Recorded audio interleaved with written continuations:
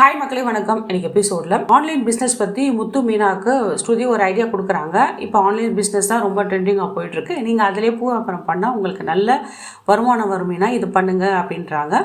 உடனே முத்து மீனா ரொம்ப சந்தோஷப்படுறாங்க.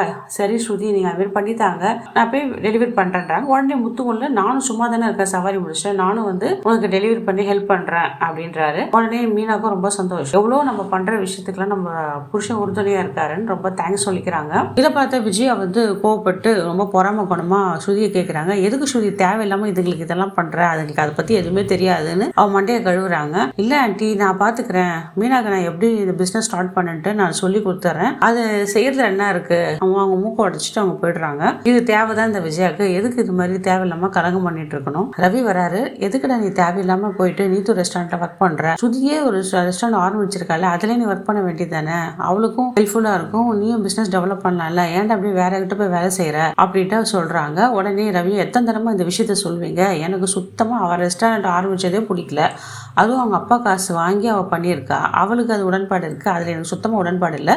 இன்னைக்கு நான் சம்பாரிச்சு சேர்த்து வச்சு அந்த காசுல தான் நான் ரெஸ்டாரண்ட் ஆரம்பிப்பேன், இதை போட்டு சும்மா கேட்டுட்டே இருக்காதீங்க அப்படின்றாரு. சொல்றது ரவி புரிஞ்சுக்கூடா, நான் பாரு உங்க அப்பாவை கல்யாணம் பண்ணிக்கிட்டு எந்த சுகத்தை கண்ட, கஷ்டப்பட்டுட்டு தான் இருக்கேன், தனிச்சு எதுவும் செயல் பண்ண முடியல, உனக்கு எல்லாமே கிடைச்சிருக்கு, அதை பயன்படுத்திக்கடா, கார் வாங்கணும், வீடு வாங்கணும், பங்களா வாங்கணும், எனக்கு ரொம்ப ஆசைடா ரவி, என் பேச்சு கேளுடா அப்படின்னு இவங்க சொல்லிட்டு இருக்காங்க. ரவி ஒரே மனசு, அம்மா எத்தனை பேர் சொன்னாலும் சரி நான் அதை செய்ய மாட்டேன், அப்பா கிட்ட காசு வாங்கி நம்ம ஒரு வேலை செய்யறதுக்கே எனக்கு பிடிக்காது, இதுல மாமனார் கிட்ட வேற காசு வாங்கி அதில் ரெஸ்டாரண்ட் ஆரம்பிச்சு எனக்கு அது சுத்தமாக பிடிக்கலம்மா அப்படின்னு சொல்லிட்டு இருக்காங்க. அப்பா கொடுத்த படிப்பு என்கிட்ட இருக்குமா, அதை வச்சு நான் மேலும் முன்னேறிப்பேன், இதெல்லாம் அண்ணாமலைக்கிறாரு.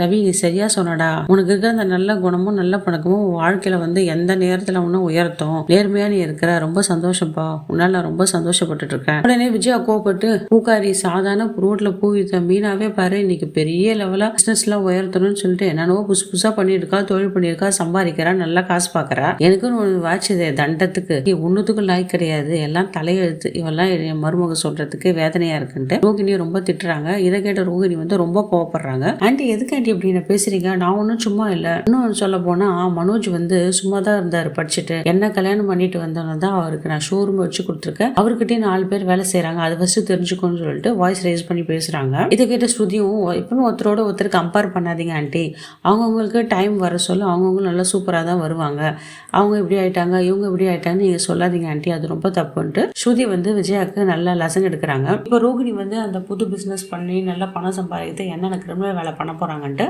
வர எபிசோட்ல நம்ம பார்க்கலாம். இந்த வீடியோ உங்களுக்கு பிடிச்சிருந்தா லைக் அண்ட் ஷேர், கமெண்ட் பண்ணுங்க, வீடியோவை ஸ்கிப் பண்ணாம பாருங்க. நன்றி, வணக்கம்.